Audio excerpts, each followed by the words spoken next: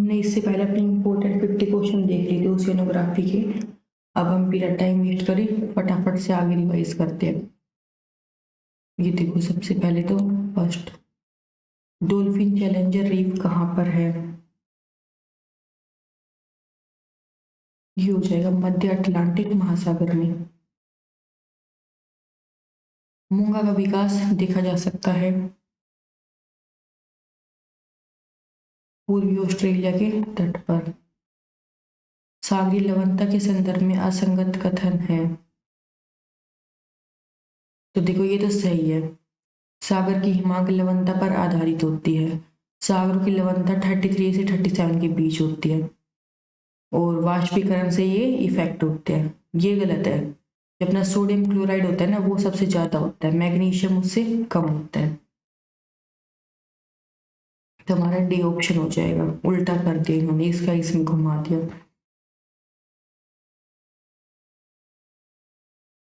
सागरीय जलीय स्थलाकृति को दिखाया जाता है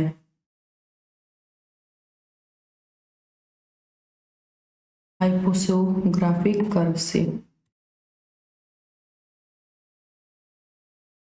ये अपनी बेसिन बनती है महासागर का बेसाल्ट से। सबसे अधिक छज्जा चौड़ा होता है नर्मदा तापी के मुहाने पर। कोडक द्वीप की स्थिति है गल्फ ऑफ अलास्का के पास। बरमुडा द्वीप की स्थिति है उत्तरी अटलांटिक महासागर में।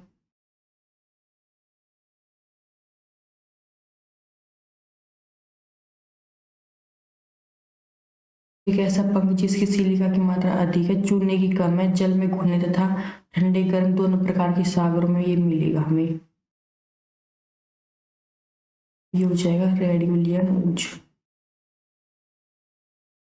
इसमें जो अपने कोरल रीफ होते हैं ना, उसके लिए कौन सी कंडीशन सही नहीं है? तो ये तो देखो सही है, सागरी लवणता कम होनी चाहिए और अवसाद मुक्त होना चाहिए, दोनों सही हो गई।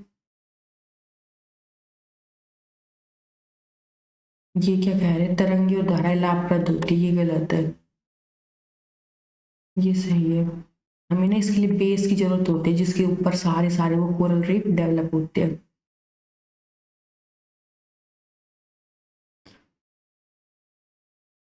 जापान सागर में जापान के पश्चिमी तट से दक्षिण से उत्तर की तरफ प्रवाहित होने वाली धारा है सुशीमा। जीवित मूंगा को समुद्र जल में देखा जाता है जहाँ तापमान पाया जाता है 6 डिग्री से ज्यादा टेम्परेचर होना चाहिए। ये जो पानी में डूबा रहेगा वो हो गया महासागरीय मग्न तट। कौन सा अंध महासागर में नहीं है? क्वींसलैंड नहीं है। चैलेंजर भी है, डॉल्फिन भी है, वीविल भी है। यूएसए के पूर्वी तट की कंदरा में निम्न में से कौन नहीं है?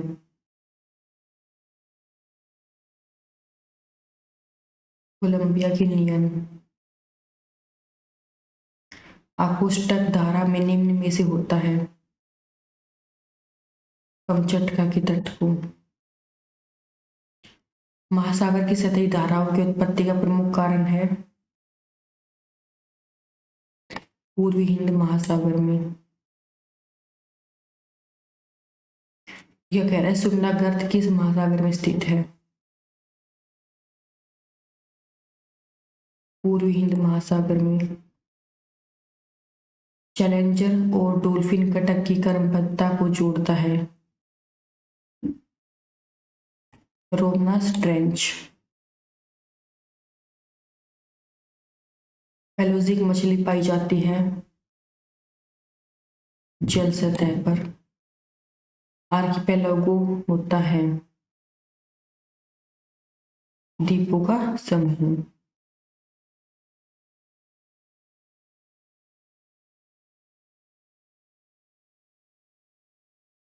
पेलोजिक मछली पाई जाती है जल सतह पर। भूमध्य सागर के किनारे अवस्थित देशों में मुख्यतः वर्षा किस ऋतु में होती है?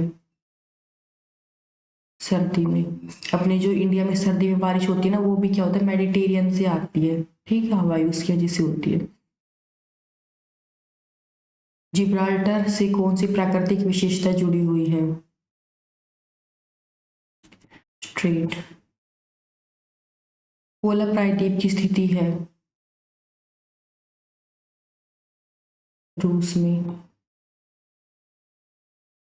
किस झील में सर्वाधिक लवणता है? वान झील में।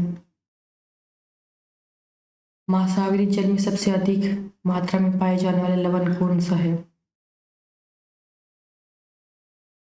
सोडियम क्लोराइड सबसे ज्यादा। ये पहले भी क्वेश्चन आया था ना हमारा ये।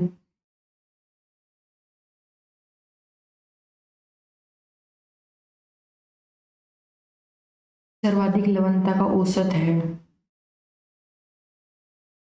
मृत सागर में। और अब टोटल लवणता कितनी है अपनी?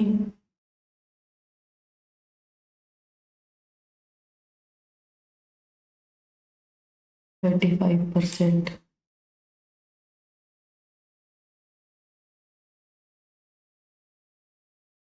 ये अपना हो जाएगा ग्रेट बैरियर रीफ, ऑस्ट्रेलिया के पूर्वी सागर में। अंडमान निकोबार का तट स्थित है सागर में।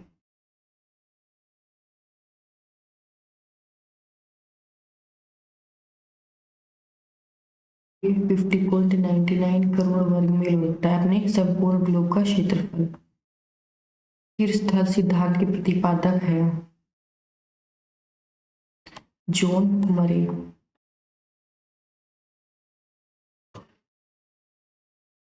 प्रवाल भित्तियों की उत्पत्ति से संबंधित अवतरण सिद्धांत किसका है?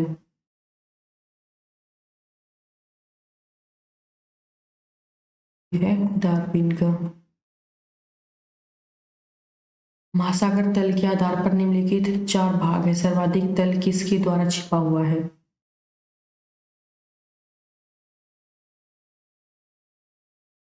गंभीर सागरीय मैदान। उल्का धूल किस प्रकार के निक्षेप है?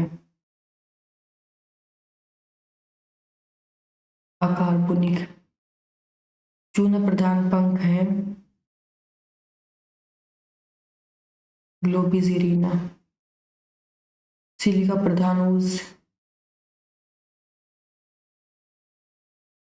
रेडियो लोरियन। सबसे कम गहरा सागर पीत सागर। सागरों से चलने वाली गर्म धाराएं चलती है ध्रुव की ओर। ध्रुव से आएगी ठंडी और यहाँ बीच में से गर्म जाएगी ऊपर।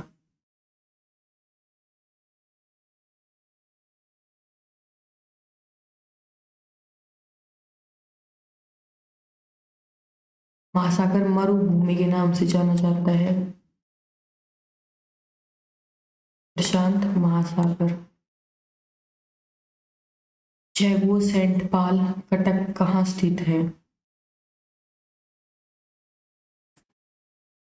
हिंद महासागर में। हमबोल्ट की धारा कहाँ जाता है? ये हो गया अपने जो फोकलैंड की धारा है ना, उसी को हम हमबोल्ट ये साइंटिस्ट थे उनके नाम पे इसका नाम रख दिया। यूराइन की धारा कहाँ बहती है? उत्तरी अटलांटिक महासागर में। सारगैसो सागर की अवस्थिति है उत्तरी अटलांटिक महासागर में। कौन सी ठंडी नहीं है? उत्तरी विषुवत रेखीय धारा, ये ठंडी नहीं है, ये ठंडी है नॉर्वे की भी।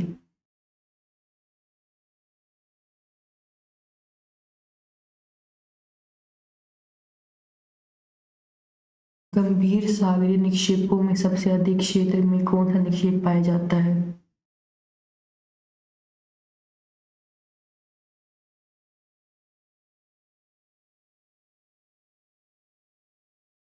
ग्लोबिसोर्ना। भारत की निम्नलिखित झीलों में सर्वाधिक लवणता वाली झील है?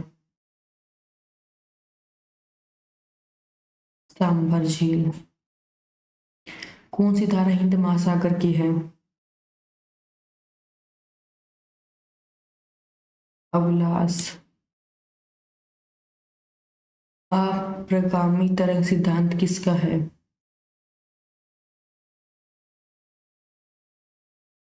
हैरिस का। ज्वार भाटा की उत्पत्ति में सर्वाधिक महत्वपूर्ण कारक है? सूर्य एवं चंद्रमा की आकर्षण शक्ति। ये बाकी के इम्पोर्टेंट 50-50 क्वेश्चन करके हम अपने नेक्स्ट वीडियो में कवर कर लेंगे। अगर इससे आपने इससे पहले की और किसी यूनिट के टॉपिक थ्योरीज मॉडल से एमसीक्यूज वगैरह देखने, आप डिस्क्रिप्शन में से या फिर चैनल की प्लेलिस्ट में से जाके देख सकते हैं। तो मिलते हैं अपने नेक्स्ट वीडियो में। Thank you.